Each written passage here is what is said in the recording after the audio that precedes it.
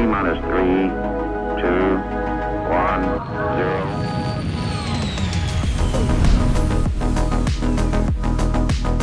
0. Hello, my friends, good friends. Welcome to another episode of the launch sequence. I'm your host, Space Tomato, and we're going to talk about some space stuff today. Star Citizen just had a good Star Citizen live talking about base building, crafting, blueprints, logging on and off, respawning, land claims, all kinds of interesting details. And I have brought on one of the most educated individuals, I would say, on mining and resource allocation that I know of, at least in the Star Citizen universe.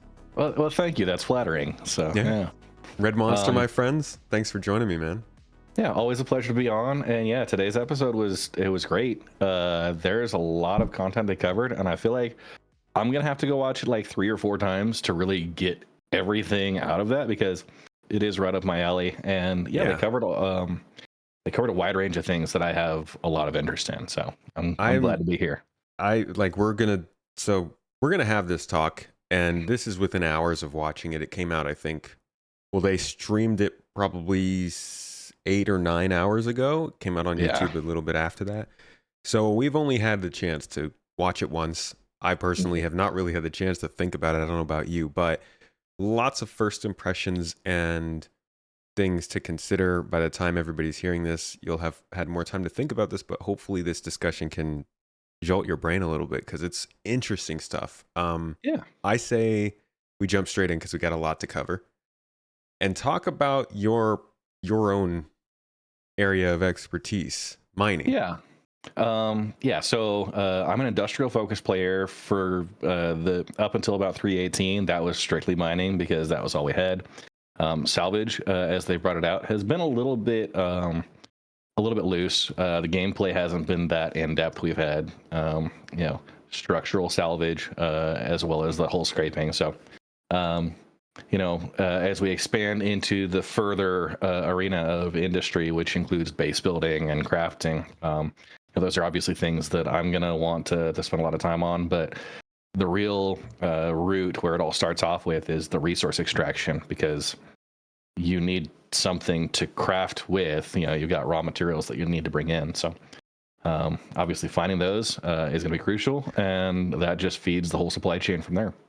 Yeah, and they talked about mining and salvage specifically, and how it'd be affected by base building, crafting, the professions surrounding it. One of the things that they mentioned was that the deposits will now vary in terms of their own quality, rather than you have to find a rock with a certain percentage of a material. You think that's a better way to go about it, or should they have kept the multi-composite rocks? It's kind of a mixed bag. We got a preview of this during CitizenCon, one of the base building panels, and they had some screenshots showing different resource types. They talked about material quality becoming a new factor. I think if you're going to introduce material quality, that combined with the mixed materials in a single deposit, I think adds a little bit too much complexity for it to be an engaging gameplay. We have materials that pop in where there can be up to 5 different types, or sometimes like 6. But that's a lot of stuff to sort through for the one thing you really want. It's going to be a big change, right? We have deposits now, like I said, with 3 to 6 materials in there. It's going to be a monotype. We'll go and we will find a bexelite rock, and it will have a percentage, or the quality up to like 1,000. So, as far as how that changes the actual like mini game of mining, I'm not sure how that's going to look, and I hope that they preserve some of that, because that's part of the gameplay that's been really engaging. But yeah, finding that and seeing the various qualities that come out there. If our good breaks is now, instead of having a higher percentage of bexelite compared to your inert materials, maybe it's going to be a higher percentage of, this sub fragment has a 900 quality, where the next fragment has a 600 quality, and you can prioritize based on that. Yeah. We were talking in my stream when we were going over this live, we were talking about the possibility of the way that you mine, or the way that you refine these goods affecting the quality of them. So like if you mined a mineral and you overheated the rock a couple times, but you ended up cracking it in that green zone in the end, it would still take into account that you had overheated it a couple times, so it would drop the quality And just the amount, like the different effects that every piece of gameplay Yeah. could have on the end product.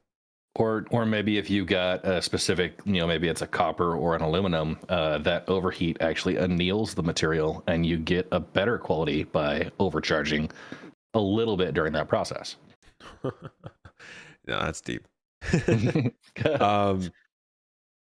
One of the most interesting parts of their talk surrounding the mining and materials and things in profession related stuff in this discussion was they mentioned that the deposits that you found and the ability to find them, such as like scanning and finding them, would be actually locked to the profession specifically. So your FPS mining, your vehicle mining, and your ship mining would all have distinct types of rocks that would fit those distinct. They wouldn't be affected by each other. How do you feel about that?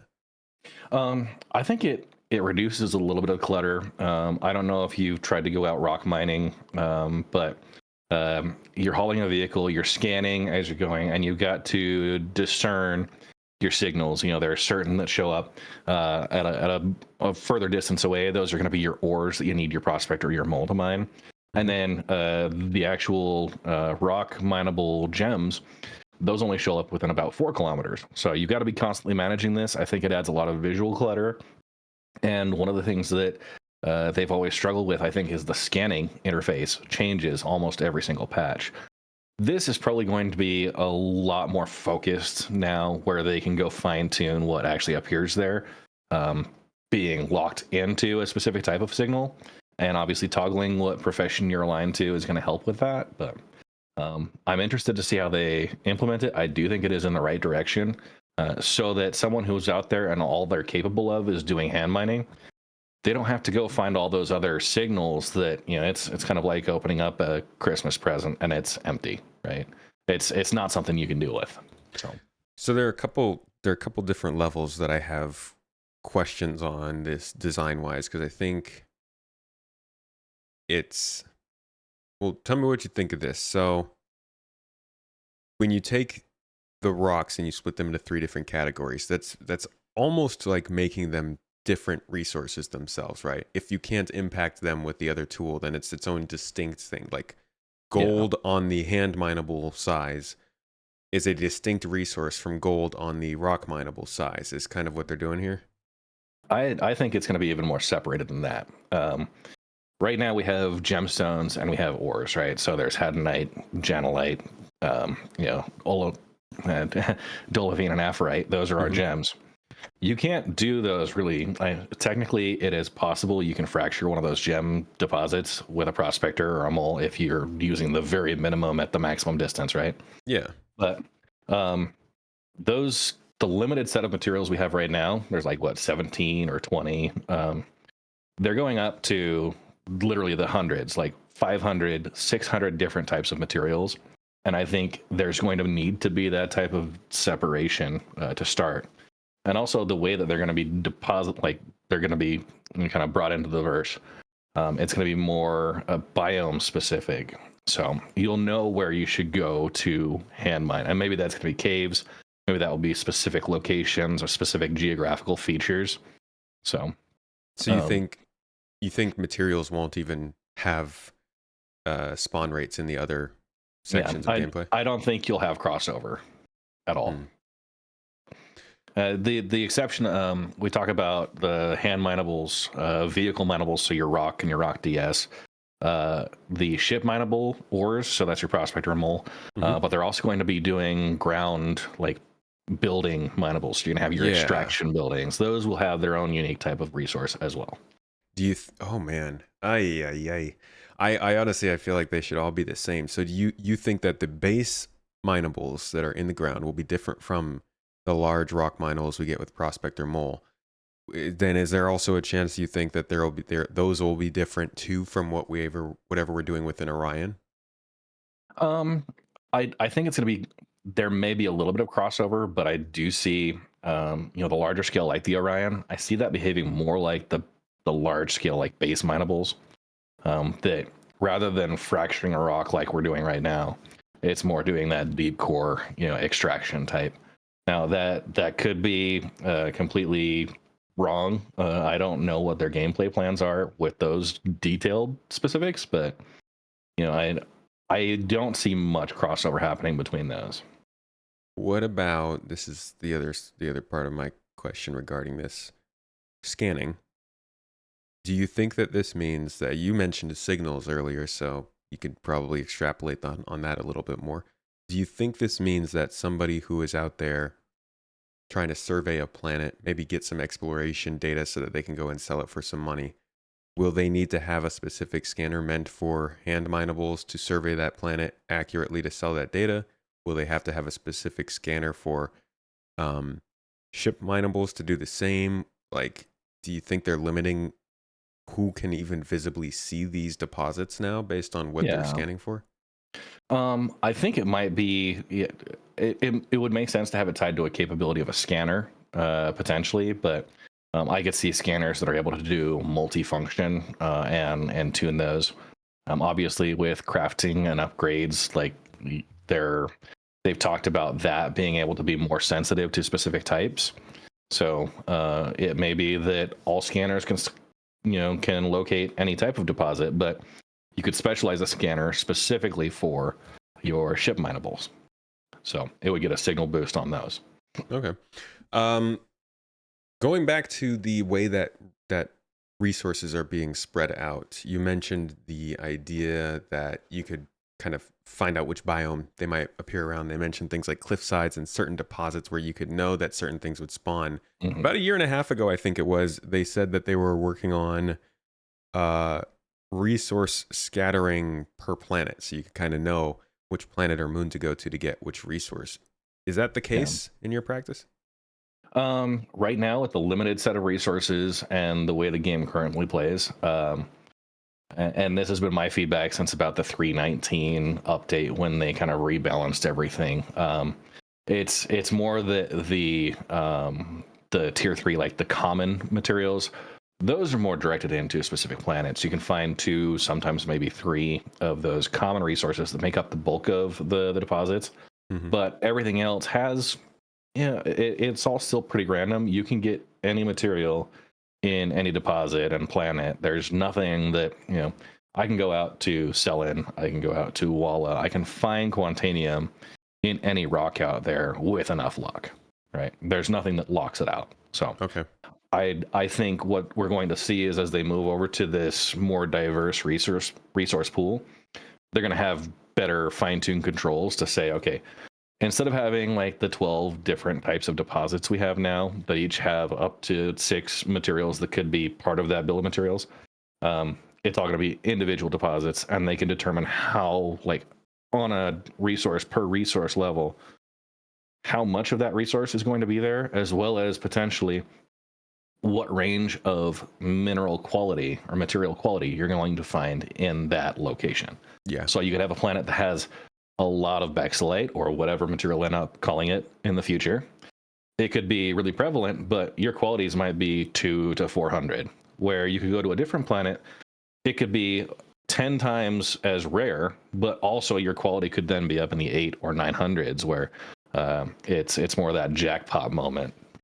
I feel like they must have at some point, there's been a lot of talk about this in the last month, they must have at some point talked about the idea that their own generator, Genesis, their Planet Tech, mm-hmm. which seems like the kind of what they've been waiting for to fully move forward on this, considering mm-hmm. even as you're saying, what they changed a year and a half ago didn't seem to take too much effect. But I do hope that, and I'm hoping they've said something like this, their planetary tech can create the resources based on their quality, based on the kind of the planet and the areas it is. So like if this planet generates procedurally a cave, it can specify that at the bottom of that cave there are the highest level resource of this, or because in this location you've got a river, then there's higher resource quality for this kind of material. Like those are the kinds of things I think people who are into exploration are really excited to hear about.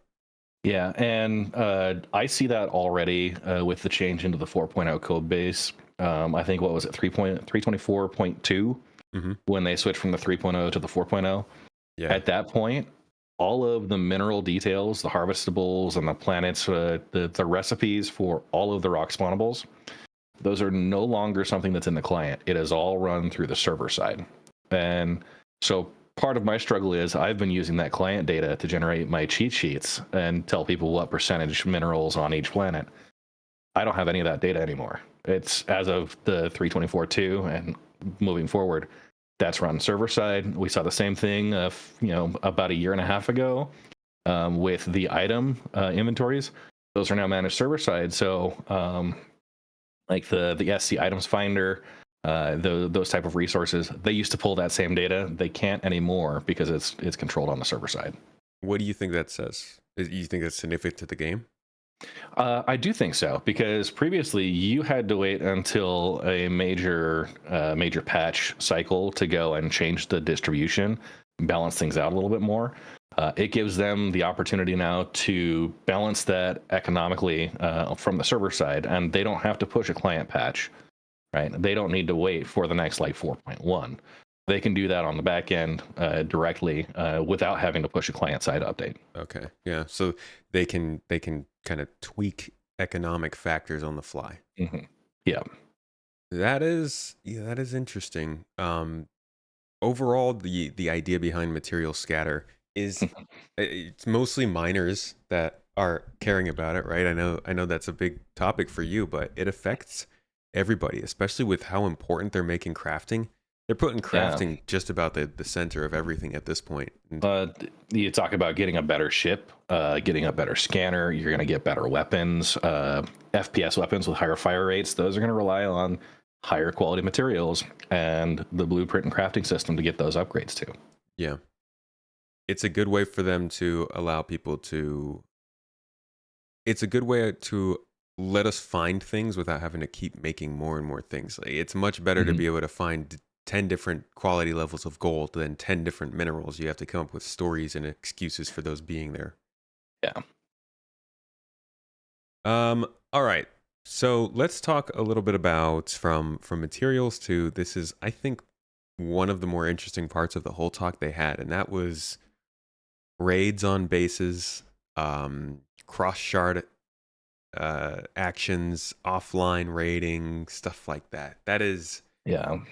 whew, this is a lot. So, a lot of people in the comments, I'm sure, speak out, please, if you will, don't want to get their bases raided while they're offline, and this was a huge sort of contentious point for a lot of people when they heard about Yeah. bases in this game, a game that's supposed to be persistent and have shards and all this stuff. Hmm. Basically, today they said you will not get raided offline unless you are in the no security areas. What do Yeah. you think of So that whole delivery of that answer? the fact is, if one of your resource sinks is to pay taxes to defend your base and lawful systems, I think that makes sense. Obviously, they countered that with the fact that you can't just perpetually build on a base, lock it down, and then go away for years, right? You're going to need to be active and maintaining that, but at the same time, like all it is paying your taxes. That shield tech is going to keep your locations basically invulnerable.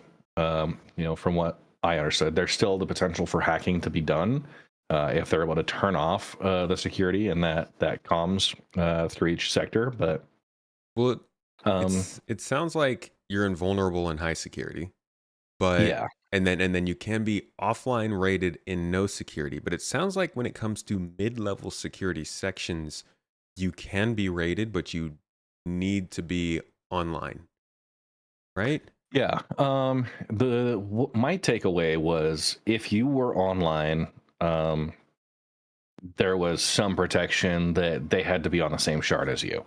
Now, my understanding on the dynamic server meshing and everything, the shards may allow you to transfer back and forth. That could be something. If they're on a different shard, it would just be a visual representation of. Yeah. They could still go and destroy that base, right? Burn the whole thing to the ground. But you in your own shard would have a pristine version of your base that would not be affected by that. It sounded to me like if they shot your base and they were on a different shard, they would be prompted to join your shard before they could do anything to it. Yeah, that's at least what I took away from it. I probably need to go back and rewatch that segment because they did cover a lot of that information in a little bit more depth than I had time to absorb for it. Okay. So Yeah. but, I mean, realistically, if you got stuff you care about, don't build it or don't store it in Pyro and Nix, right?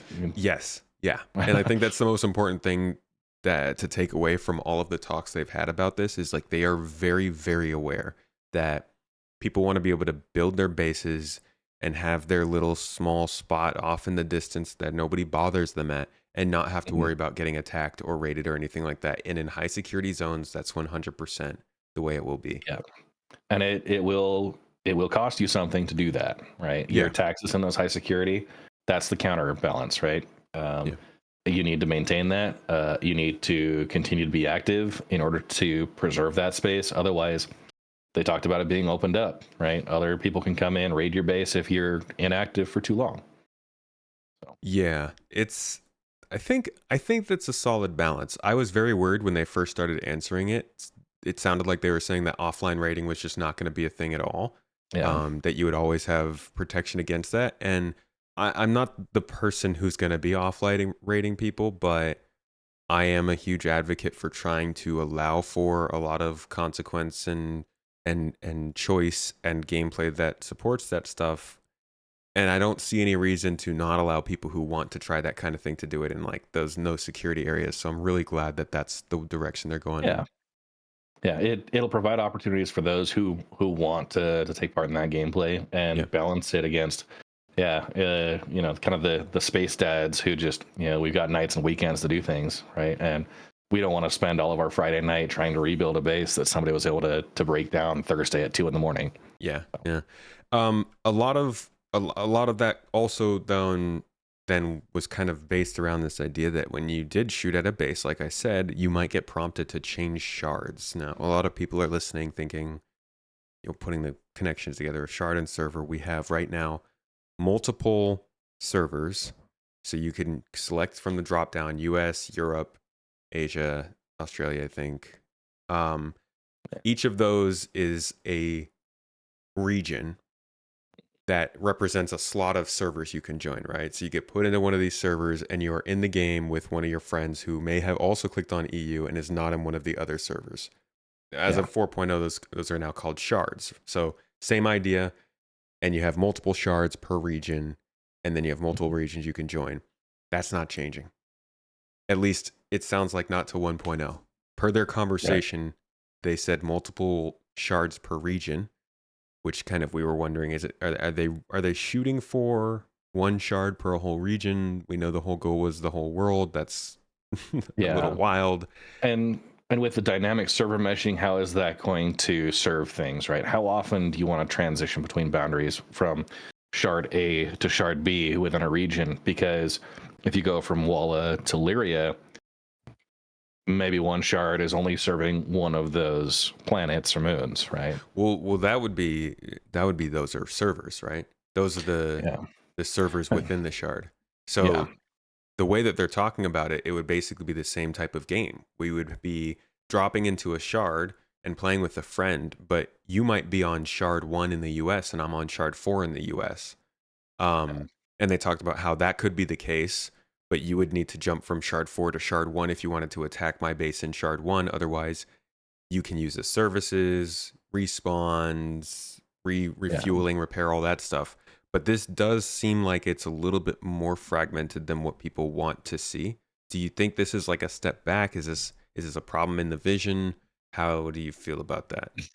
I think as the dynamic server meshing tech matures, hopefully, and maybe I need to go revisit the conversation today on this specific topic, but hopefully as the dynamic server meshing comes in, it'll be more of kind of the larger shards, more capacity within the shard, but individual servers for those locations. So you don't have to do as much of that shard transition. Obviously that's advanced networking tech, and it's way beyond my technical skill level to really dive in. But as far as a solution now, if their technical limitations are that yeah, we have to have 8 different shards servicing the U.S. region. I'm willing to accept that, right? I don't think that's anything that's immersion breaking for me. As long as I can go to my friends, my allied org base and buy the advanced scanners that they're selling for us. I don't see that as a problem. I don't necessarily need to interact with everyone there, but if I'm going to go and have somebody start raiding my base, like, yeah, I definitely want to be able to defend it within the shard that I'm existing in. So, do you feel like so was it never really that interesting to you to be part of a larger verse? I know a lot of people had this idea of when I do something or when I encounter something or when something happens, it feels more special in this vision of Star Citizen because I know that almost everybody else who plays this game is seeing and experiencing that same thing, and it's true for everyone else, and there's that continuity. But you start having different shards, suddenly you have different timelines and different yeah. things that are happening. Does that feel like it disconnects a little bit from the rest of the world? I mean, a little bit, but at the same time, I came from a point where we started with 10 and 15 player servers, where our specific area we could play in was limited. It was a very small fishbowl, and so it felt dense. I think it's going to have to be a balance between how many players can be serviced in a particular shard, how many you're actually going to see during their activities back and forth. Right now, I see a lot of activity. Right, as you're in the game, you'll run into people on the trams, and yeah, I mean, long term, if we expand the player base, we start consolidating into 500, 1,000 players per shard. I can see the need to kind of spread things out a little bit. You look at events like IAE, the Xeno threat. If you have a server that's running Xeno threat, 95% of the people in that server are going to be at that location, and it's a mess, right? Trying to respawn in the space station there, you're in a queue. The same type of thing with like Grim Hex. If there's something going on around Grim Hex and that area, it's very easy to get backed up because they only have a certain number of beds. Certain number of players dying at the same time is going to fill that queue. So, Yeah. I think it does all come down to the shard population and what they can handle. It's interesting yeah, that they're mentioning regional shards when you would think the shards that they have yeah, would be limited by player count, And I guess they might be at a position where they know that there's no way they could do a whole region serviced by one shard. We're yeah, looking at 1,000 to 2,000 person shards right now. That would have to be millions of people in a single shard. yeah. And now the question for you, we're talking about kind of shard population, but do you feel like that's going to drive a need for larger scale planets and moons? And maybe Genesis can do this, because right now there are certain moons and planets that you've got points of interest dotted throughout, and it's pretty hard to find some unexplored space or something that's far enough away. Do you see them maybe expanding the scale of moons and planets in order to service a more dense verse? They talk about um, what was the base building tech that they premiered, but you're Yes. talking about like 1,300 different facilities, different buildings on a planet. 2,600, 3,000. That scale, I think it's going to need a lot larger surface area in order to help support that. Yeah. Yeah. It's funny you bring that up. For anybody who's in this podcast live, anybody who supports the channel, Patreon, YouTube, Ko-fi, Twitch, whatever it is, you guys can come and watch this podcast live. And I know that anybody who's in here has heard me talking about the video I have coming out for supporters exclusive next week. It's all about expanding the size of planets because I do think that they are in a good opportunity, a good position to be able to Mhm. do that. I think they've got several different reasons to do it. There are a couple of things that they've figured out that make it a lot easier of a reality. Um, Two of those being Starchitect and Quantum Boost. Those have taken like two of the biggest design related problems out of the way. The only other Yeah. thing they really have to deal with is something they mentioned recently, which was the stretching of textures and the positional data, which they can handle. So I think that both they should and will increase the size of planets. Right Yeah. now, it's I think 1/10 the scale. I think they should go to 1/4. Yeah, and I'm specifically interested because we're gonna have a lot of people putting land claims down, and it is going to get very populated very quickly.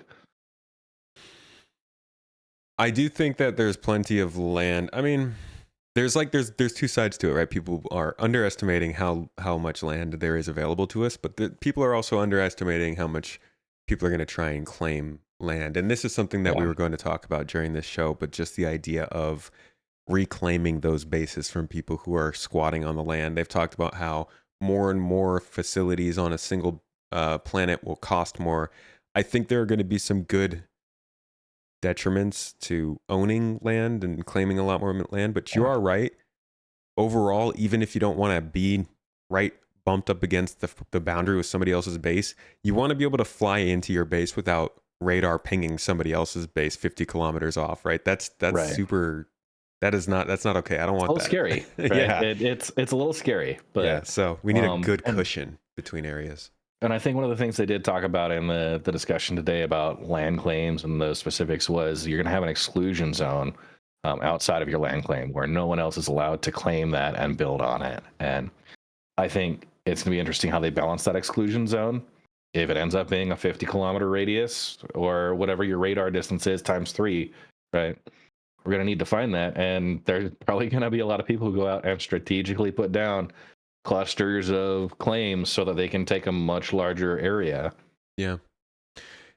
Ultimately, I think it gets helped by server meshing, but I still end up going back to the regional shard statement. And that I just get very interested in how that phrases the way they know that the game is going to work, being split into different shards, and how jarring it might be to come across something that is actually on a different shard and not knowing that until you shoot a bullet at it and get a pop-up that says, okay, jump to the other shard, when you know, and that can happen in the case where you're talking about, where you come across a planet where there's everything else is on another shard and you don't know that yet.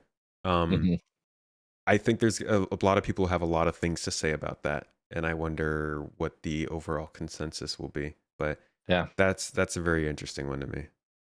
Yeah, I think it's more than just two talking heads on the internet can really settle out. But yes, absolutely, it's a good question. It's a difficult question. I can't even think about the complications of it just yet. I just know that it's a fairly big deal, and it could change the game for you. It could not. I don't think it'll have a big effect, but it's just interesting compared to what we've been told and where it's gone before. How about we talk about the bases, like you were just saying, how, well, actually, I guess like I was just saying, these bases will clear their own land out for us. They're going to have some age to them. There's some level of persistence to these bases that you have to upkeep them. You have to keep them going. They cost more. There are definitely things that are meant to stop you from squatting on land and using all of that. What do you think of that idea that they will eventually disappear or go derelict? As far as a resource scarcity constraint, I think it makes perfect sense. You can't lock things in perpetuity, right? There has to be some type of activity to keep things going, right? You need to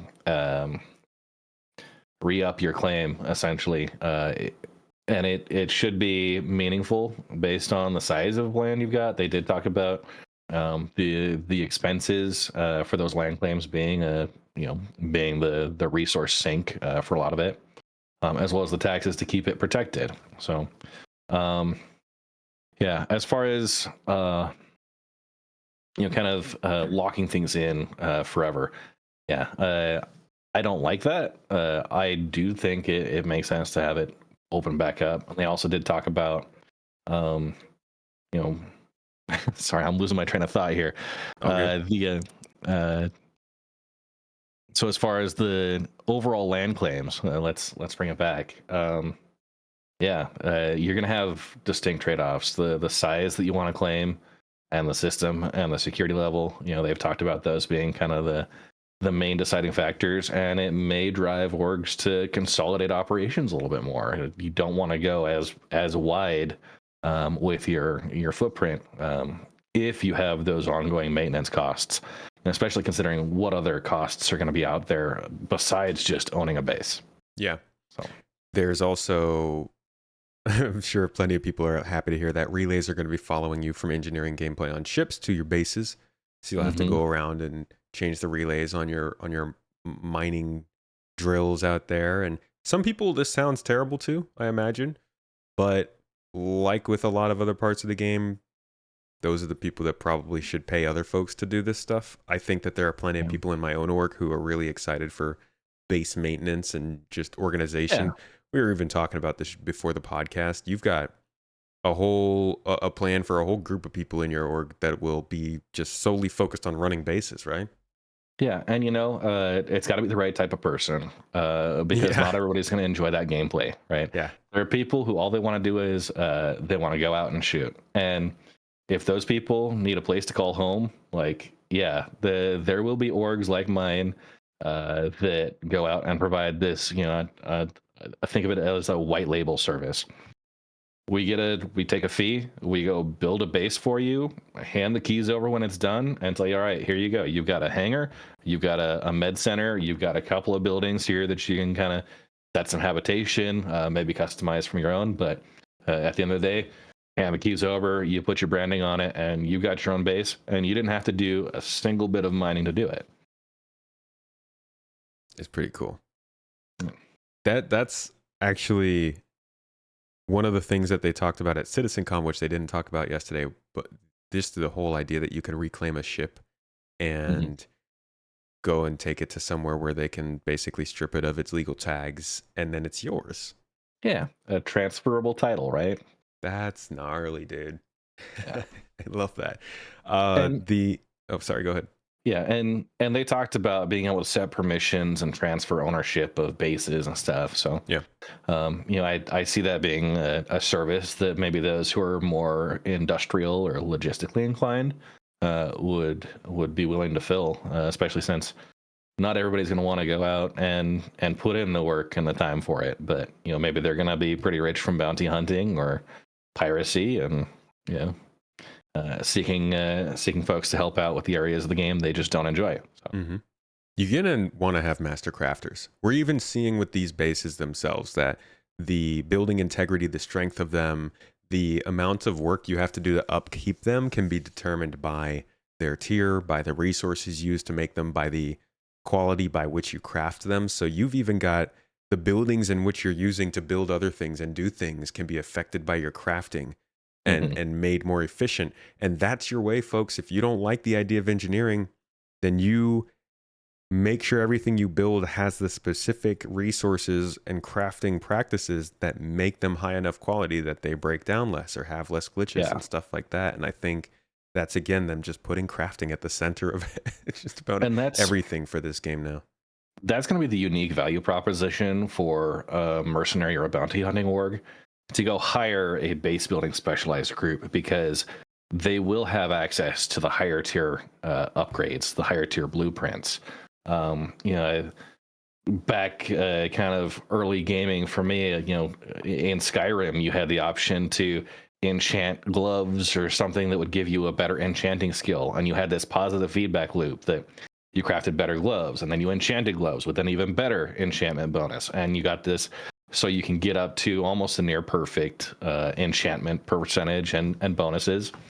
You're going to have those people that can craft a tier 5 hangar, right? And a tier 5 ship manufacturer that will be able to pump out a Hornet in half the time, potentially. I mean, those are kind of just pie in the sky ideas, but that's really the concepts they've thrown out as far as what the tier system is going to look like, what the upgrade and a specific capability is going to be. Those top level blueprints and upgrades, they are going to be reputation gated. They're going to have specific criteria in order to even unlock it. You might not be able to find it anywhere. You have to be able to purchase it with rep in one of those factions. They also mentioned that blueprints will be physically tradable, which was, I think, a really good point to touch on. They sort of got into that at CitizenCon, but it wasn't super clear when you would claim the blueprints or what. they explicitly said today that you can find a blueprint on a data pad and you'd be able to give that data pad to somebody else before they claimed it permanently. Yeah. Dude, that makes for amazing loot. And yeah, as an org with a lot of folks that are really wanting to be focused on research and development, that want to go and invest time into getting the best blueprints possible. Yeah, there are absolutely people in my org that I would freely turn over certain data pads Oh to, yeah. and say, yeah, this is you. You go be my specialist, right? Well, that's what this is encouraging, right? That's what we'll be doing Mhm. with my org is you find the people in your org that are best at that thing, and then you make sure, okay, if we're going out on an org-based quest or a raid, and we find some top loot that's in that Yeah. category, that gets stored. Our loot guy picks that up. We take that back to the base, give it to the crafting person, and then they start churning out those parts for the org. Mhm. And like that's a pretty solid loot on giving people something to care about. I thought there was also a really good tidbit. They said that the blueprints themselves are not going to be infinite, right? There are some that you can have as many as you want, right? Yeah. Low Yeah. level, but they mentioned specific blueprints having a limited number of uses as one restriction, or having a cooldown. So they talk about we saw it in the final reveal with the space station and the dry dock building a bangle, right? I would expect you're going to pay a pretty penny for a one-time use blueprint to craft that bangle, right? And to get from a tier 1 to a tier 5 bangle carrier, that's going to be a very, very expensive process. And I can almost guarantee each of those blueprints to go up that tier scale is going to be a one-time use. Yeah, I believe it. What do you think of the upgrade system overall? It's kind of there's a lot of little caveats to it. I was a little confused what the way they were describing the mining and refining blueprints. It sounded like they were saying it was like an upgrade blueprint for mining or refining equipment. I don't really know what that whole goal was, but the idea that when you upgrade something, it sets it back to like a set average of base But yeah, level. it gives you an opportunity for a higher window, right? They said there's Yeah, a minimum and a maximum. It kind of re-rolls, right? yeah. Um, I as they would were talking, beware. I'd beware saying rerolls. That sounds RNG. it does sound RNG, but the fact of the matter is it does have some factor there. The material quality is what's going to determine where you're at in the scale. So Yeah. you're going to want somebody with the higher tier blueprints, but also access to the higher tier materials. So like I was just thinking, like the entire time I was thinking like In-N-Out burgers, right? If I want a single, right, a single burger, single patty, single cheese, but then I want to upgrade that, right? I can take the single and just add a patty and a slice of cheddar there to get a double, right? And then you keep going further and further, or you can just craft it right at a triple, that type of thing where your starting material, if you're going to upgrade, you're going to have some investment. It's incremental over time. Or if you go right to like tier 3, it's going to cost you more. You're going to need more of those specialized materials on that initial craft, but maybe it's going to be more efficient than starting with a tier 1 and upgrading it twice to get there. Yeah. So I think there's going to be some strategy involved in order to get it that, to that level, and deciding what to craft at what levels, and combining that with the other limitations. So I hope we get to hear more about wear and tear. Is a system that seemed like they were ready to implement this year, but I'm guessing I'm going to go out on a limb and say over the last year, as crafting changed in importance in the game, it probably affected the way wear and tear is going to work, considering these tiers and the upgrade blueprints and everything. I look forward to how they're going to do that because I would love to see. I think so. It doesn't sound like this is what they're doing for components, but correct me if I'm wrong. What I was hoping we would see is short-term damage on your components, or in this case, weapons, as well as long-term wear and tear that you would have to do something more significant to repair. So you could take damage to the point where you would start to get malfunctions, but the gun would still work. And then that long-term wear and tear, when that reached a certain level, that's when the gun would stop working. And I'm hoping that they have it like that so that we can always go back to that gun. Like you want to have a few things in this game that you just long term you can hang on to You carry them through a whole bunch of conflicts. You've been seeing them months, over years, Still whatever it reliable, is. right? Yeah, yeah. And I hope it's not just the case that everything is going to get broken or dismantled or die at some point.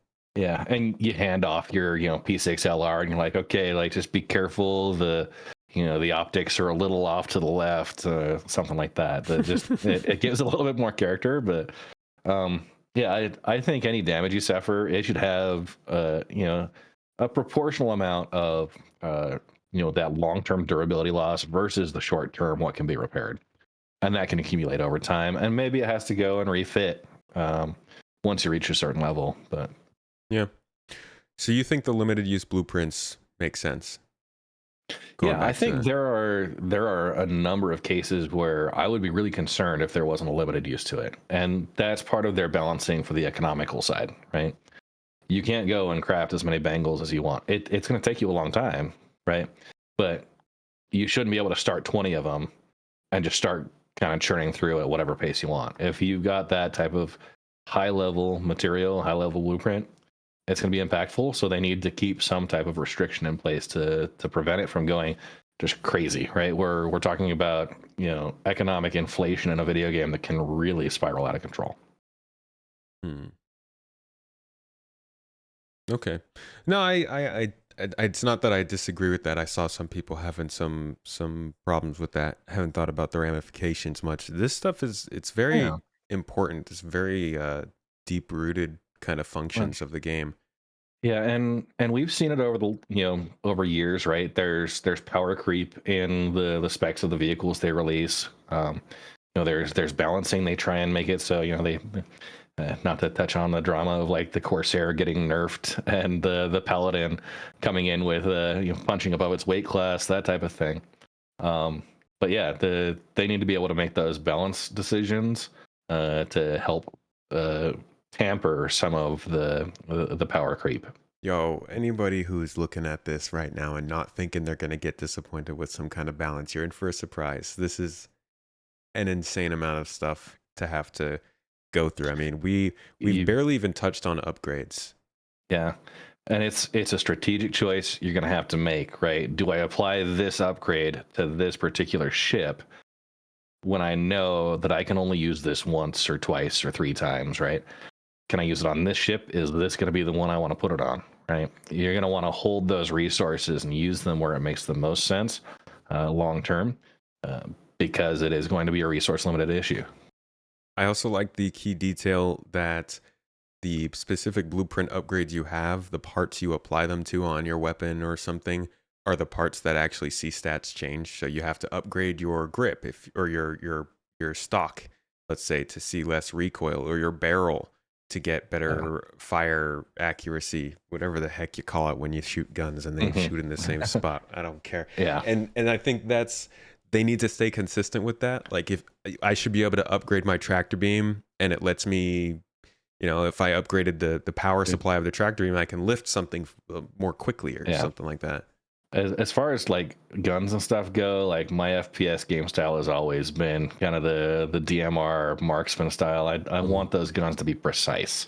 Yeah. Right. I want to be able to get some range and reach out and touch something. I'm not the type of person who likes to sit with a shotgun, but I will upgrade every part of that weapon to make sure it's got the range, it's got the precision that I need, and it also that looks cool. Right. What do you think of the P8?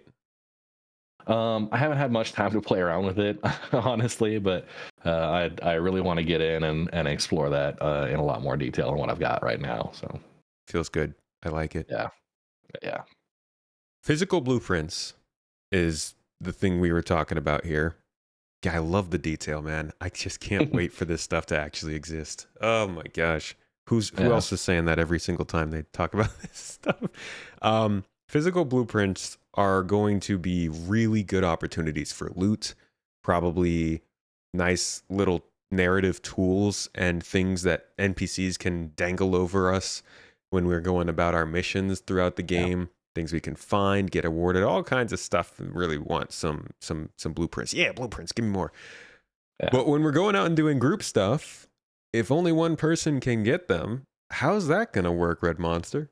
You better hope you trust everybody in your group, right? That's number one, because I could see some backstabbing happening.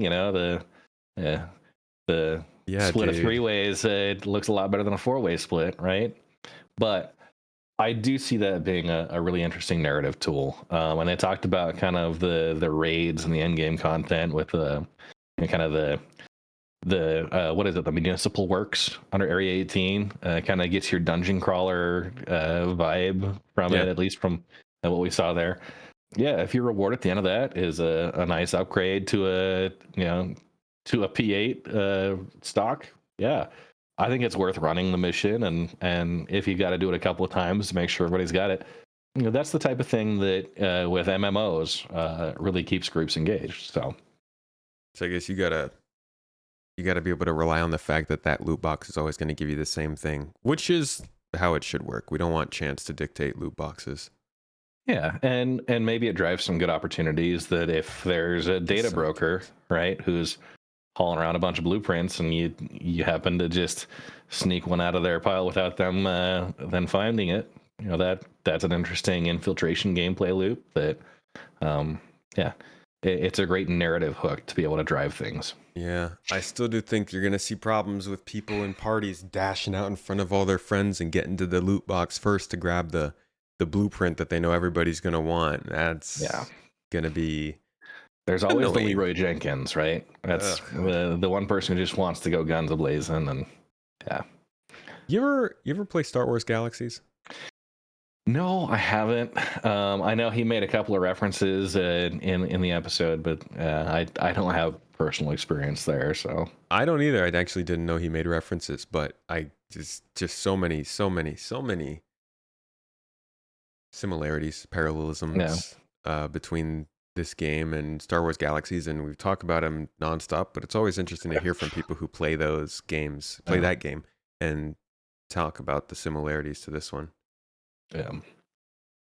Let's talk more about the gameplay side, I guess, of base building. One of the more interesting things I think they talked about here was the ability to send goods or send materials to somebody else's base. It seemed like they were talking about base being the kind of center of the player trading system. You have any insight on that or opinions on what they explained there? But I have been extremely excited about the ability for a player-owned shop, right? The player trading economy. My specific org, we're going to lean really heavily into that because as a resource-driven org, right, we're going to have a lot of raw materials that we'll have available. We'll also do a lot of trade in them because we want to do base building. We want to do our own upgrades. And I see, having my own org and, many other orgs have the same vision to have their own like shop set up, right? People can come in, there's a public side, and there might be an org restricted side. On the public side, you sell your like, class B, class C level stuff, and have those available. They might be a lot more specialized than what's available on the regular market. And then for your allies and your org members, you have that class A, just the top tier stuff that you maybe want to keep a little closer to the vest. So I did like they had mentioned the buy orders, right? If somebody's got something really unique, let's say I put out like a tier 5 mole or a tier 5 Arastra that we can craft for you, and it's fully upgraded, just absolutely to the nines. Yeah, I might want to sell one of those at like an ultra premium, and maybe there's a future for Red's Customs mining ships. Yeah, that seems really interesting. You've got the order out there; people can place the order and go pick it up, or maybe have a hand delivered and custom walkthrough. Dude, that's a big one right there. Is like, how far can we go with that? Can we assign somebody else to take that stuff? Because at that point, then, dude, if you can do the whole player mission thing and tell someone, maybe there's a system where you do that order. You say, I need 600 SCU of corundum. There's a base that's been refining corundum. They've got it. It's good to go. They see that you've put this work order out. They accept it. And then after they accept it, maybe the money goes into escrow. I don't know. You guys both have to confirm. But then you're able to outsource that job to somebody else who wants to do the hauling. So you're the supplier. Yeah. They're the receiver. Somebody else can take care of the hauling. Dude, if that was the Yeah. case, we would have so much inter-org operation just constantly everywhere. Yeah. And at what point does that become immersive gameplay versus logistical nightmare? And I think finding the right balance between that is going to be good, right? Yeah. It's I can see people who will enjoy most aspects of that loop, but you need to make sure there's enough of that going around, because I've seen it in the past, like as things slow down, right? You don't have as many people out there buying up the rocks that people are posting for survey, right? And maybe it's a situation where NPC mission takers are able to actually pick that up and do it. It's delivered on the back end or whatever. See, this was the proposed reason for Chris Roberts' original idea of a 9 AI to 1 player ratio for the simulation, so that at those times when there is nobody to take that job, eventually an AI would do it for you. And this could track for medical beacons, it could track for hauling jobs, for transportation, for combat Yeah, escort, all kinds of stuff. And I think that's important, but they don't talk too much about it right now. yeah. And it's going to be interesting to see how that pairs in with the other server meshing tech. And you know, at least the impression I've gotten is that their internal builds, the AI is a lot more responsive. It's pretty scary compared to the publicly available servers, right? Yeah. The live servers. My understanding is the performance gap there needs to be closed a lot more before they really lean heavily into the NPC side of that, that 9-to-1 ratio. Oh yeah, it really does. And But, hopefully that's something that we can start seeing with server meshing. Tests of 4.0 right now have shown mixed results, but but hopefully soon that's something that can improve. the one thing I'd really want to see from an end state there is a mission board where you might not be able to tell if it's a mission posted by an NPC or a physical player, right? Mhm. That you would have a mission you could go take care of and get paid, and it's kind of a transactional thing, but you can do the gameplay you like. Um, you may not necessarily know if it's a player driven, so if there's any piracy or whatever, that could affect your rep, but you're not specifically targeting player owned, or maybe you're only targeting NPC owned. It Yeah. should be more anonymous there. Yeah, agreed. Going back to the player trading and stuff, you talked about the ability to be good at something to trade that at your base. And I was thinking how much this helps to make multiplayer gameplay matter more. Not to force people into it. If you're a single Hmm. player person, you can still do all the base building and stuff you want. But I like the idea here that if you have you have to source the highest quality materials um, Hmm. in order to build the best stuff in your base, and you also have to be able to host a store for people to come and buy that at. You have to have the best blueprints in addition. So it's if you're trying to build the absolute best stuff, you kind of need a group, because you need people who are going to focus on getting the best resources, and you Yeah, can't spend all your time mining and doing that, because you also need to be getting the best blueprints. So it almost creates a multiplayer scenario for folks, and I like that. but you should still be able to go out and do your own nomadic challenge, right? Find yourself a corner of the verse on your own, operate from resource extraction, all of the research. Hmm. And maybe there's a nomad challenge where you run entirely solo from the ground up to the point that you've got a base and you can build a connie, right? Someone should be able to do that if they really want to, right? There shouldn't be anything driving them to say, hey, no, you need to party up for these missions, right? Yeah, You should be able to do that you on your just own. can't maximize it all. It won't be as efficient, yeah, because you're going to have synergies in a group, and that might drive people there. But I'd be interested in seeing like some nomad challenge, like that type of thing would be interesting gameplay to see how difficult it really would be for a solo player to run on their own in the verse. That's how the whole game should be. To be quite honest, I think that people are missing out on the opportunity to, for lack of a better word, hack the game, to figure out how you can Yeah. do the things that you're not supposed to do solo, because the game still gives us the systems to do that. I Yeah. mean, we could use AI blades. That'd be nice, but Yeah. That would be really nice. But yeah, I think it's cool that it requires both good blueprints and good research or good resources in order to get the best out of these things. But going back to the detail that you need to host a storefront, you need to have people come to you. This is reminiscent of the requirement to go to the TDD in cities to sell your goods when you're doing shipping Yeah. into official locations, which some people really don't like. Do you feel like they're going a little too far with this whole be physically present sort of thing for all this kind of stuff? I'd like to have a 24/7 shop where anybody who collects, what I come back to Bexelite. Right? Anybody who's mining Bexelite and wants to come refine it, they can drop it at my refinery, interact, get it ordered, and have it just sold directly to the refinery from there. Right?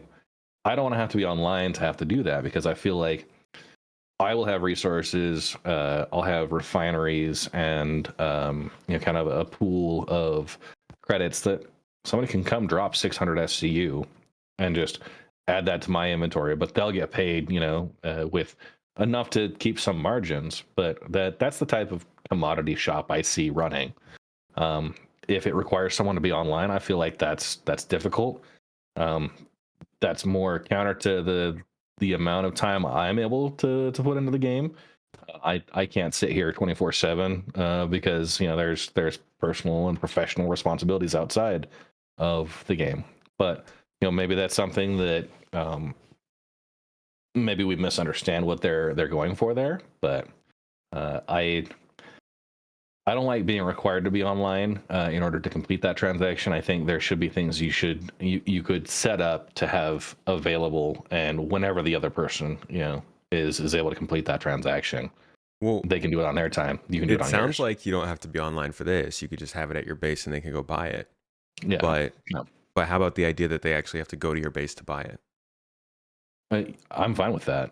Yeah, if they want to do that, uh, that's the location they're going to have to get to, right? My expectation with 1.0 and the expansion plans I've got from my org are that each of the bases we're going to have is going to have a publicly accessible space where people can come and interact with a general kiosk that they can have. And kind of like I said, the Class B or Class C, your lower tier stuff that you don't mind just getting rid of, or maybe that you had to craft to satisfy your requirement for a higher tier upgrade. Do you think that it's too much when it comes to in the cities? When you have to go across the city, leave the spaceport and everything to go and sell your stuff? I mean, yeah, I pick cities, specifically if they're easier to navigate a lot of times.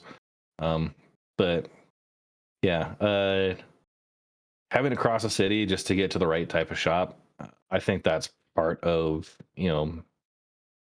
if you can just open up your Glass to anything, to any app and complete any transaction there, and it just shows up magically in the background, like I don't feel like that drives a lot of the immersion. It kind of separates the gameplay and removes the need for you to go to somebody's base. And the fact is, like, I'm going to put a good amount of effort into making sure my bases are interesting points that people can come and explore a little bit.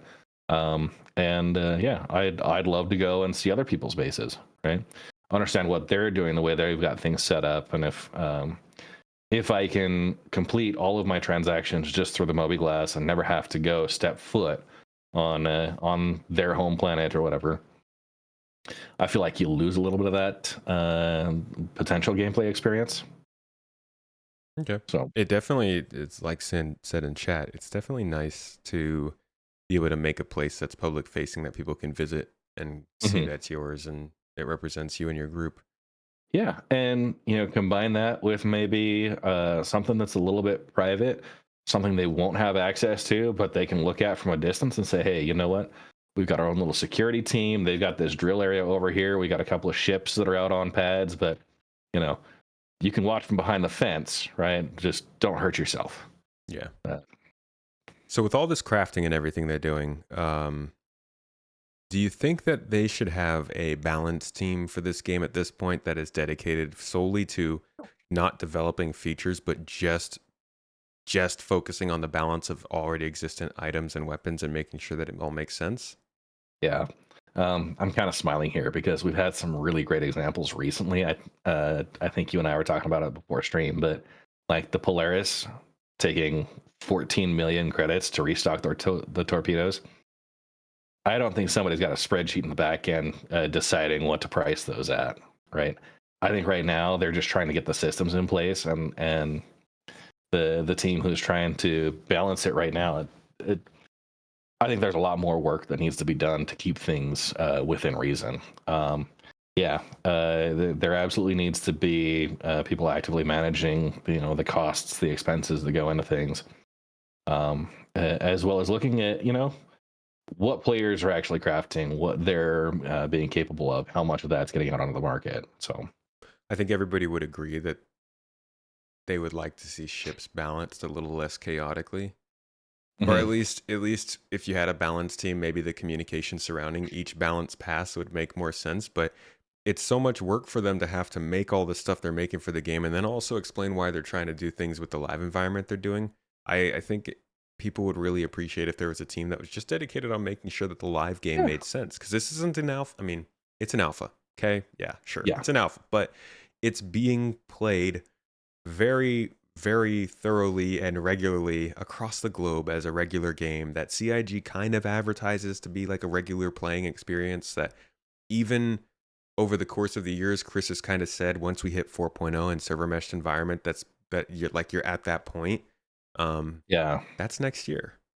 Yeah, at some point they need to stop using the spaghetti method of just throw everything at the wall and see what sticks. They need to come in with a little bit more nuance and probably be a little bit less chaotic with the balance changes they throw at us. So we know there's going to be a lot. Yeah. Like even during the episode of Star Citizen Live, he was like, yeah, this is going to be crazy in terms of balance. And everybody you could see death go across their faces briefly before they remembered they're on camera. Yeah. Why do you think the drones explode instead of just deactivating when they get left behind? I don't know. I think that's an early idea of what to do if the drone can't get back home. Right. I think it's just like an early random toss out answer. It's hey, you know what? I've got a drone. I do like that you're able to have your buildings be crafted offline, right? And they talked about the process being it's a visual, but also like it's a physical representation there. Somebody's not going to be able to go land on a place you are building your base, right? Yeah. It will have an actual physical shell representing that shape that will eventually be filled in, but it looks like it's going to just be more visual building progress. Once it's done, if you're offline, I don't think they want to have server resources committed to remembering that a drone was working out there and that ET's got a phone home, right? I think the simple and resource responsible way to handle that is just to have the drone self-destruct. Poor drones. Okay. Poor drones. Well, we'll see if they do it. My last question to you is kind of the key of this whole talk and a lot of what we've seen over the last month. Clearly, base building and crafting have become very, very important. The game has seemingly shifted towards these mechanics. Like crafting itself, we knew base building was always a thing from probably 2017, 2018. Crafting, though, that kind of came out of nowhere. And at this point, it is incredibly central to the game, from player trading to the way that we're doing this late stage gameplay to like even determining the speeds that our ships fly at. This stuff is very important. Do you think this was always kind of where they wanted to head with the plan, or is this something you think shifted in the last couple of years? They realized they needed to focus more on crafting and base building. Well, I mean, base building, I think, is one of the core pillars of like a space sim. If you're going to get outside of just a dogfight sim, people want to have a place to call home, right? And, as far as base building, I do feel like there was always a plan and a roadmap for this. I think the specific feature set they're able to accomplish based on where the game and the funding and the systems are at right now I think it's up to maybe an order of magnitude more complex than they had initially envisioned being possible. And we talk about feature creep and things like that, but I do feel like it's going to be a combination of a complex but rewarding system where you can really go craft your own home, right? And you can impact many, almost every facet of your gameplay can be balanced through this type of crafting and upgrade system. So um, I don't I don't think they envisioned it being as complex as what it is now, but I feel like we're getting a richer experience because of the time that they've invested in getting these systems set up. You think So, they shifted things in the development to fit that? in order to make it more complex, Well, in order to make maybe. it more based around these mechanics. Um, Potentially, yeah. I mean, we saw uh, early on until 3.14 was when they rebalanced all of the weapon stats and stuff, and they've kind of still, since the 3.14 patch, have still not really differentiated materials. And I think that might have signaled the shift when they really started designing, getting those design docs on what they wanted the upgrade system and the weapon stats to be influenced by. I think that might have been the first the first inklings we got of, hey, like, there's going to be a lot more complexity that maybe we'll have ownership of, or maybe they were scoping that out in the back end. But um, yeah, I think based on what we're able to do, what they've taken from client versus server side, that I don't think this was the initial vision that they had, but I think it's a more rich and engaging version than what they had initially thought they could pull off. I think that it feels like they've shifted quite a bit lately from even before they made crafting take over what Master Modes was doing, which that feels like something they came up with in the last year. It does feel to me like they've started to they knew they needed to have a new long-term kind of thing after server meshing, and base building seemed like an obvious choice, but man, I feel like they've really dove in harder than I expected with this stuff. And it's good. I mean, this provides Yeah, it affects all parts of the game. So it is a yeah. very all-encompassing improvement for gameplay. The But details they gave us as far as the crafting and upgrades and CitizenCon, and then kind of the dives that we've seen since with Inside Star Citizen and SC Live, I definitely see it being a lot more complex than I thought was going to be delivered, and I'm excited about it. But at the same time, I know and it's a big lift to be able to make that yeah, happen. they got it out here like, oh, this is it. This is what we this is all of it. This is everything. I Deer, somebody deer was in the headlights. Yeah, It's somebody just in the chat was like, it is 1.0. It is crafting." And I know it was a little bit facetious the way they were saying it, but it's true. They've started to very much shift towards this, and I'm interested in seeing how it goes. Through all of this, looking through all of this fog of development, the components were always the reason that ships were supposed to be valuable. So I wonder ultimately how this affects that dynamic of you're really in it for the components. The components are what's important, not the ship hull, because that mm, was a big selling point. But at that time, it was also because the ship hull was the thing that you bought. They didn't want to make it all dependent on dollars. it Now you was, can get higher tiers, so that also is kind of yeah. out the door. The ship hull was the frame you plugged everything else into to upgrade, right? Yeah, You never upgraded the frame, right? You never upgraded the chassis, but now you can.